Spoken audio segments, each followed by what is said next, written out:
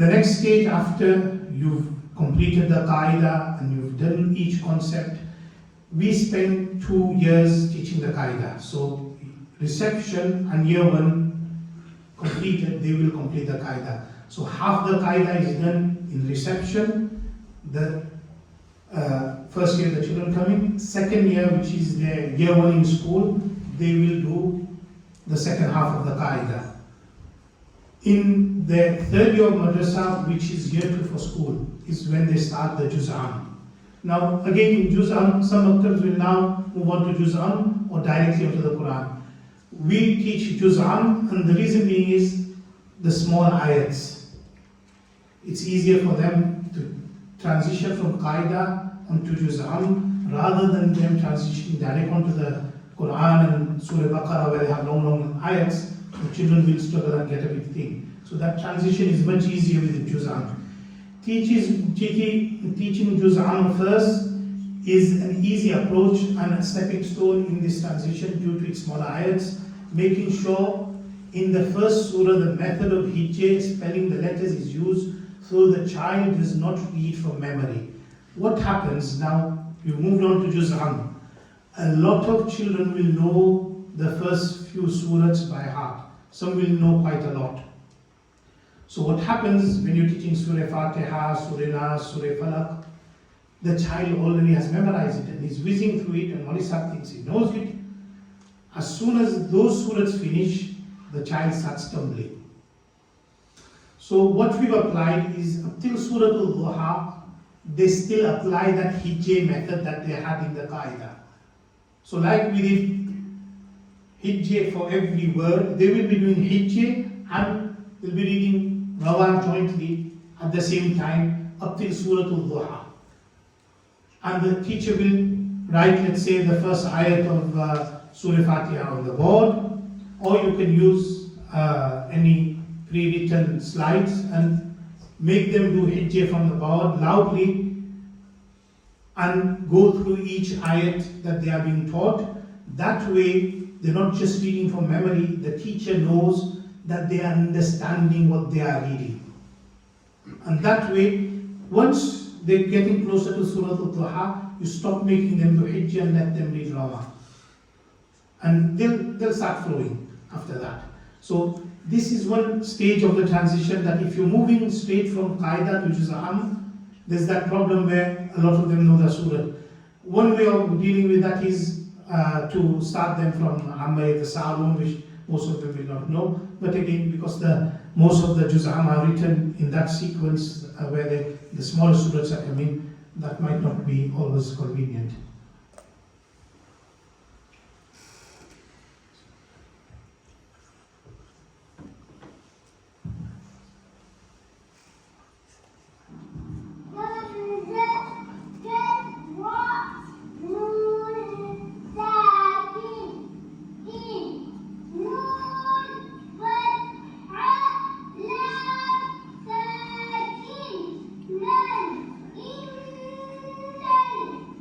Huh?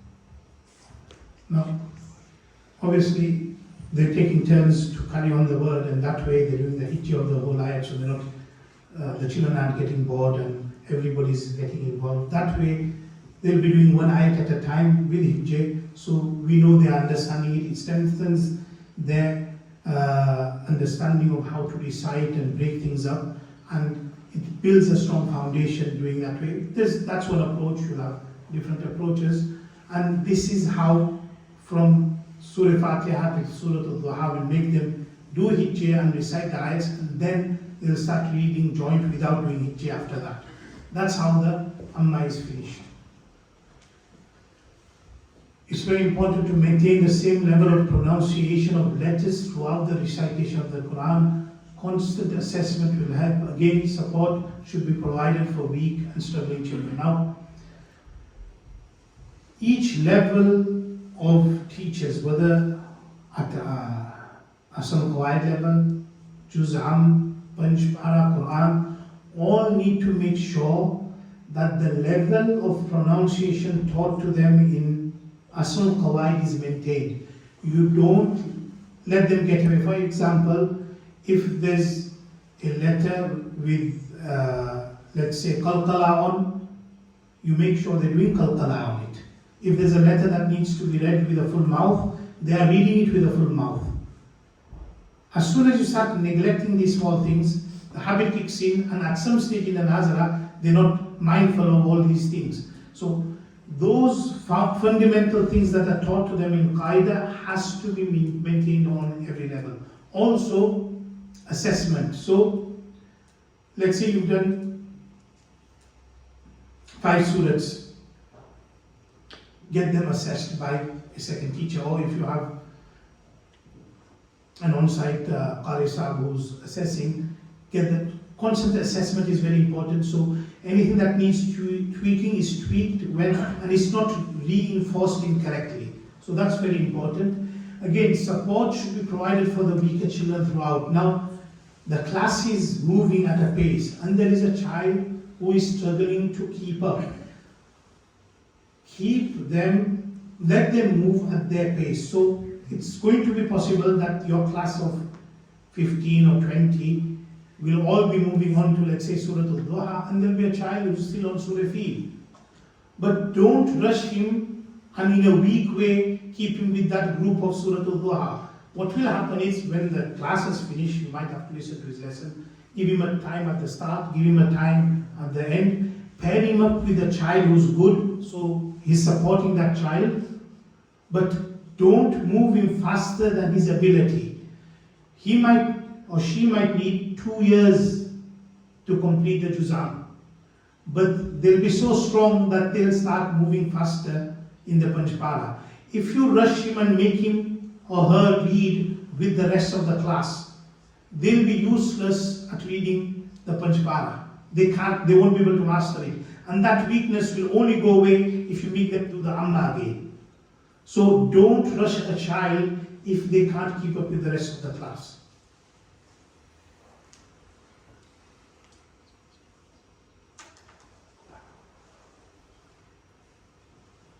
Right, okay. We're going on to some of the Panchpara clips. We'll do that. And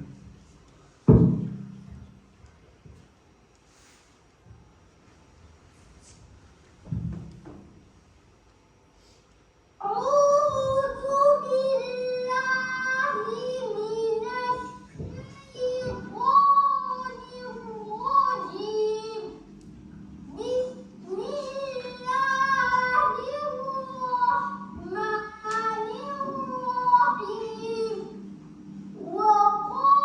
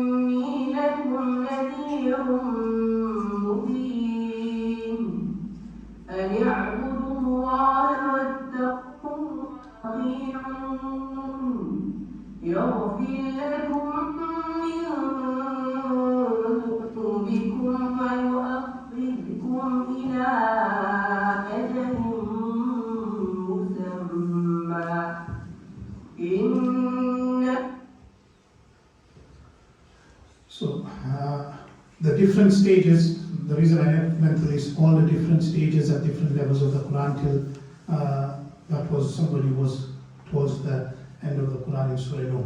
So at different stages, we maintain the same level of recitation that we had in the letters at Asl Qā'idah and made sure that that is maintained. Now, when we have different madrasahs visiting, we'll make sure they go and sit in all those different levels and they see that progression. Also, every child should be at that same level. Like we mentioned, nobody will be allowed to fall behind in that level. So, Alhamdulillah, out of our 800 plus children, you can visit any class and get any child to read. They'll all be reading and reciting at that same level. It's not that the selected few that we've got here are those that are reciting at that level and the others aren't. And that's why we've had a guest like Hazrat Mufti Isa from Darul coming, and he decided to select his own children when he went to each of the classes. And he even asked the teacher, who's your weakest child? And he made that child read instead of those that we might have said, oh, this is a good child, we should listen to him. So Mufti Sahib made sure, and he did say, yes, your weakest child reads better than our best child. So that level, alhamdulillah, can be achieved and maintained with our perseverance and commitment that we're not going to compromise. And what for? To make sure that the recitation of the Quran is done correctly. Before we go on how hifz can be done, any questions on teaching the actual recitation of the Quran, whether it's Juz'am, Panch Para or the Quran? Anything regards to that? Going back to Juz'am and along with the Qā'idah. Yeah.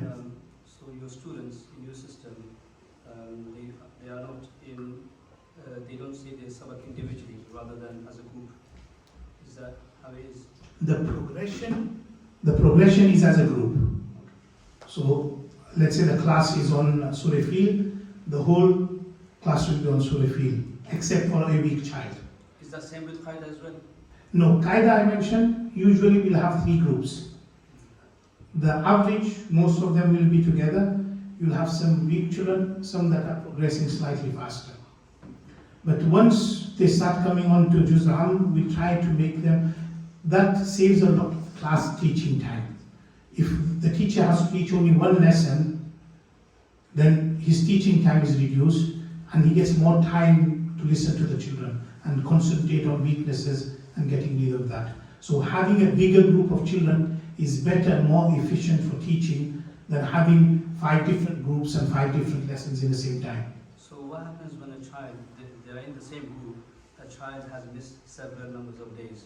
Yeah. So what happens to that child along with them? Right, so what will happen, when he's come back after, let's say 5 days, the lesson he'll read is with the class. But the teacher at the end will make him read a few lines from behind and make him catch up also. Any more? Yeah. What stage do you start teaching the kids Tajweed? Tajweed is from day one. We don't teach, throughout the Madrasah, we will not go through a formal set of laws. It's all practical from the Qā'idah itself. We've seen a lot of madrasas, if you ask them all the laws of Tajweed, the letters of Qalqala, Huruf Halq, they know everything. Practically, they're not implementing anything. The importance is to implement it. And in an informal way, without teaching the laws, from Qā'idah, if they're making the Qalqala, they're reading the full mouth letters, everything, then very little Tajweed needs to be taught by law. Any more questions, please? How do you, obviously teachers come from different backgrounds, mashallah, they've got good Tajweed, but how do you get them to come into that system? Same level, right. So what will happen, initially when we started, very few teachers were trained to teach the Qā'idah at that level. So Qari Sayyid sir, mashallah, every day would go and teach the children their new lesson. We have 4 classes in each age group, 2 boys classes, 2 girls classes. So Qari Sahib will teach the new lesson at the start. And the teachers were learning alongside the children. He'll also, before he gives the next lesson, check how the children have learned those letters and take their mistakes out and tell the teacher, you keep note of what mistakes I'm taking out, how I'm taking out, and all that. So the initial batch of children, Qari Sahib taught like that. And any brushing up after Madrasah, he'll do with the teachers individually. Now, new teachers that come, what we do is they go through an initial step of shadowing. So they'll shadow some Qā'idah teachers for an amount of time, then they'll shadow some Amma teachers, then Panchpara teachers. So they go through the various stages of shadowing in different classes until they feel, oh, we've checked that now. And each class where they're shadowing, the teacher will also let them teach. So they actually learn through that method of how and at what level they need to be teaching. A lot of teachers will, after madrasa, go and spend a daily amount of time with Qari Sahib also. So they're committing extra time to brushing up their letters and stuff. It's very important that the teachers who are teaching have perfected their pronunciation first. There's nothing to be shameful of. If we are going to teach the Quran, we don't want to be a cause of, you could say, sin, where we're teaching it incorrectly, our letters aren't correct, so we can't teach the children correctly. So it's very important that we do perfect that. At the same time, to make sure that that level is maintained from top to bottom. So we have assessors like Qari Sahib. Qari Sahib only has a lesson at the start of madrasa. So we have 3 45-minute periods. He'll be only teaching that 1 45-minute session. 1.5 hours he has to go around and assess.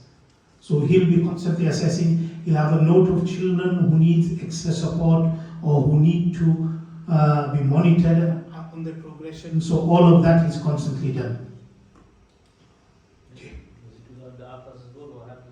Right.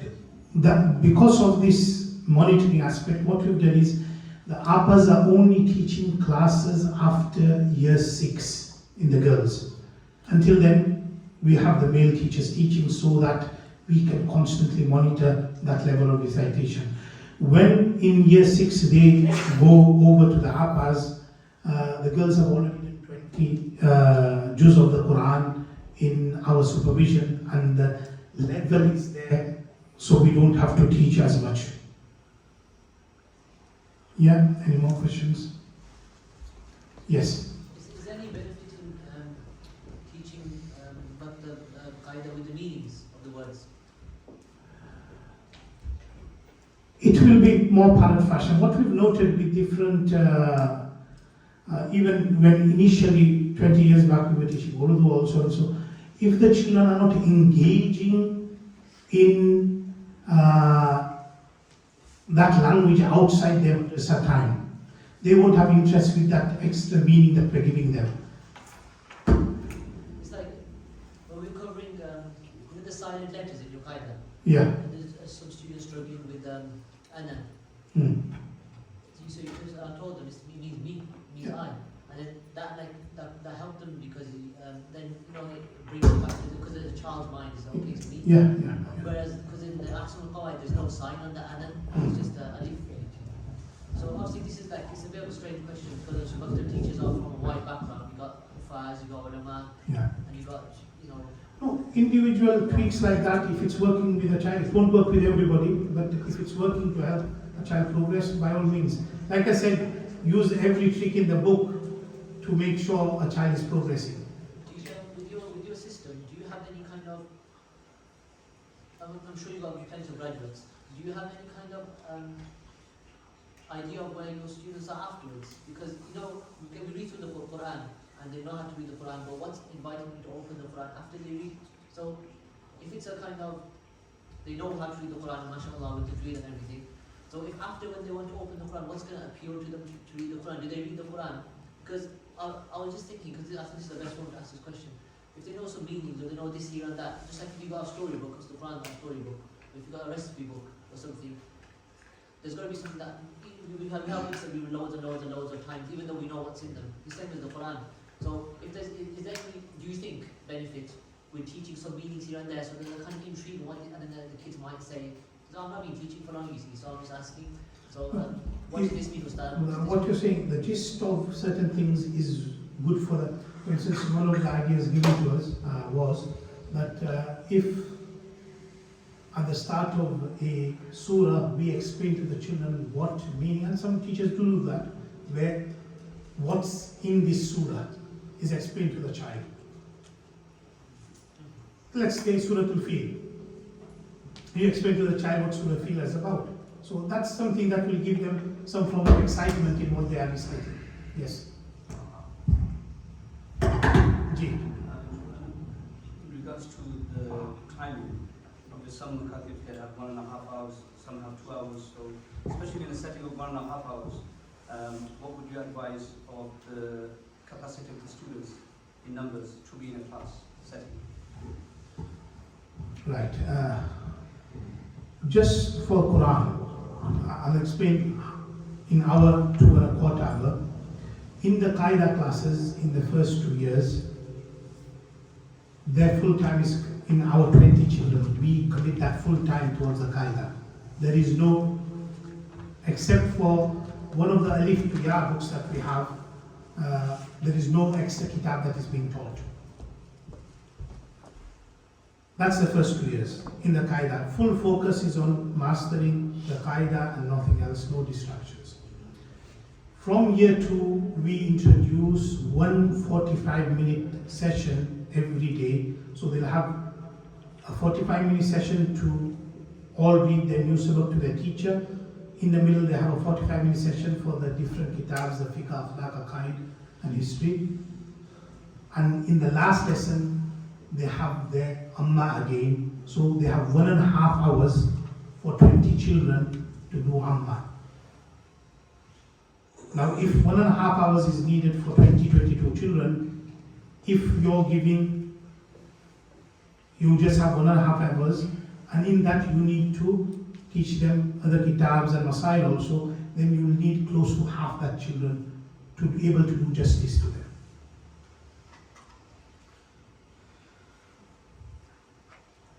Okay, any more questions on the Qur'an? So I don't know if you're going to cover this afterwards.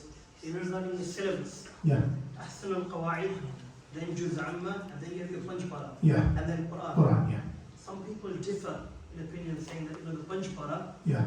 maybe not put them straight onto the Quran. Can you just mention Can the be, benefits? not an aspect. The only reason we have that stepping stone of Panchpara is they're still small children and it's easier for them to have that Panchpara set up. No, because if we give them the Quran and they start from Alif Lam Mim and they start Alif Lam Mim, there's nothing different there. So nothing different at all. It's only more convenient if they have a smaller kitab and they're small children. They tend to rip up and tear a lot. So if they've got the smaller version, they're not damaging the Quran as much. And that no other hikmah behind having a Panchpara then Quran or going directly in the Quran. I have a couple of questions. Ji. The one question already brother mentioned about the anawa in the Quran. Yeah. Do you have any good technique for explain to the students how they understand about the anawa? The silent letters. Yeah. So in the Qā'idah itself that we have a section on the silent letters. So when we are doing it, and even in the Quran it's written in a special way where the sakin is different. But some ayat didn't mention about the alif is silent. Yeah. So that's where we've got to make sure that when the teacher is teaching Nazara, they emphasize that. If most of the new versions of the Quran will have that written in, okay, this is not read. But if they have a nuskha where it is not written, then the teacher has to reinforce that. Otherwise, there's no special way, unless the child is a hafiz, to remember that everywhere this word comes, you have to. Unless somebody has anything in mind, I'll take it on board also. When we done the study Yeah, with our Ji. Marisa, I don't know it's right or wrong. Yeah. We memorize the 4 words in the Quran. Yeah.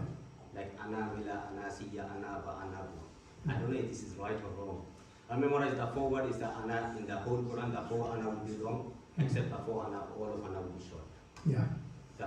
This is the question. Yeah. We can go through that, but not all the children will have the ability to remember that and implement it when that word comes. It's good for the hafiz and them not to be able to do it, but the children, you'll see, you make them learn that, you, after 10-20 days, you go back to them and they'll have forgotten it. Because there's no door of those happening or anything. And another question about Ji. the word like Ar-Rahman Ar-Rahim using the fatha with the alif. Yeah. So how to explain to the students, sometimes using fatha kasra dhamma. Like Ar-Rahman, ittabi'u. Okay, yes, the harkat on the starting of the word. Again, for some, you'll be able to explain that if it's like this, you will put the kasra, if it's like this, you'll put the fatha, and they will remember. Otherwise, in the start, what is best to do is, if you're starting, you make them write in certain places. This is how you're going to start. But mainly, it's some children will remember that, some won't. If you explain to them that this is how, if you're starting a word, you'll put fatha on it. But in some, you will have to put the kasra, because it's more about understanding the Arabic. If it's a verb, fa'al, you will be starting with the kasra. If it's an ism, you'll be putting a fatha on it. All that. The student is not going to understand. No, it's not. Yeah. But that's why they don't have any easy technique for. Nothing besides actually writing it here. Okay. Any questions before we move on? Yes. I have a question.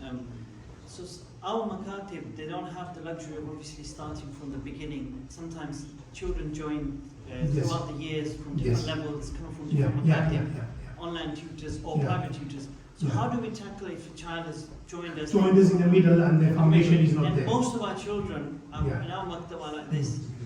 So how do we tackle that? So for example, they're on Quran, but the pronunciation is... Yeah.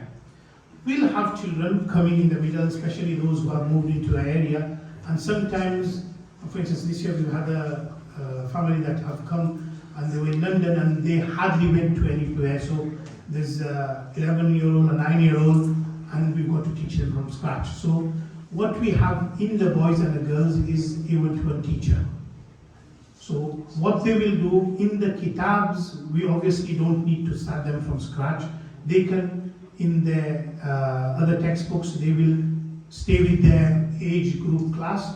In their Quran session, they will go to that one-to-one teacher who will start them off with pronunciation of the letters, perfect the letters, move them on to the different stages until they are capable. And because they are doing intense one-to-one in that Quran lesson, and sometimes staying behind half an hour after Madrasah also, if they, especially if they're older children and they're not going to be with us for a longer period. If they've joined us at a younger age, we know we have time to deal with it. But if there are older children, we need to make sure that if they're staying only 2 years, we tackle that level of teaching of Quran. So we'll give them extra tuition after Madrasah also.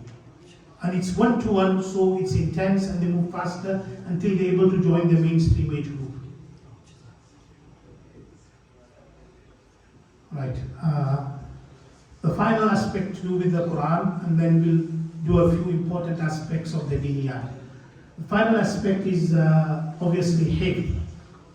When do a boy or a girl move into hifz? At what stage? We discussed that with different elders from the subcontinent also. If a child is able to learn and recite their own Qur'an, looking inside, that child is capable of being able to do hifz. If the child can't learn the new lesson, the child might be able to do hifz, but the ustad or the parent will need to teach them daily nazara. And that in a hifz class sometimes is not always possible. So it's very important that, and that what we've estimated is, if they've done about half the Qur'an, close to 15 suparas, between 10 and 15 suparas, that child will easily recite the Qur'an from anywhere else. Such a child can then easily start doing hifz. At what age? In the girls, we start at year 4. In the boys, we start at year 5. That's roughly the starting age we have. What do the children need to be able to do hifz? 2 qualities are needed in a child for them to be able to become a hafiz or a hafidah. One is the ability to memorize daily. So the child should have that learning ability of, on average, in the start it's going to be small, they're going to start with 5-6 lines, but on average they should be able to do a page a day, on a daily basis. If a child is doing a page a day and you have the Madrasah holidays and breaks and everything, and the exam periods, then the child will do about 6 paras, 6 juz in 1 year. If they're doing just a page. A lot of children have a greater ability, they might do 2 pages and they finish in half the time, 2 years, 3 years, depending on the ability. So that ability to learn, and the second quality that is needed in a child is the ability to retention. So memorization and retention, these are the 2 qualities. How do you assess that? We've, for the last 20 years now, we every year in our year 5 will send out a letter who wants to do hifz. Most of the children out of the 40, 30, 32 will enroll that we want to do hifz. From that, we will assess them and 12 to 16 children will pass. What we do is we select a random juz from the Quran, let's say. The reason we won't do juz or the starting is sometimes the children already know that, so we'll say the 4th juz, the 5th juz, 6th juz, start learning. 5 lines daily only, minimum. There's no limit to the maximum. So for 7 or 8 days, each child will go through a test where every day they have to learn a number of lines, and every day we will listen to them on that new lines and the lines they have learned in the previous days. So in 7 to 8 days, you will establish whether the child has a daily memorization capability, albeit 5-6 lines at that stage, because they are not in a routine, and whether they are retaining what they have learned in the previous days. After 7 days, if they remember overall, there will be slight weaknesses, what they've learned in the past 6 days, then they have a level of retention. And if they are able to maintain, daily learn also, and they're not struggling, or one day they can only learn 1 line, the following day, then they have that ability of memorization and ability of retention. Such a child is capable of doing hifz. Again, in hifz also, that level of recitation that they have done in Nazarah has to be maintained. A hafiz is not allowed to rush through the Quran without maintaining their Tajweed. I'm just going to give you 2 clips of hifz where a child is in the starting phase of hifz, and the second one of a child who's towards his completion.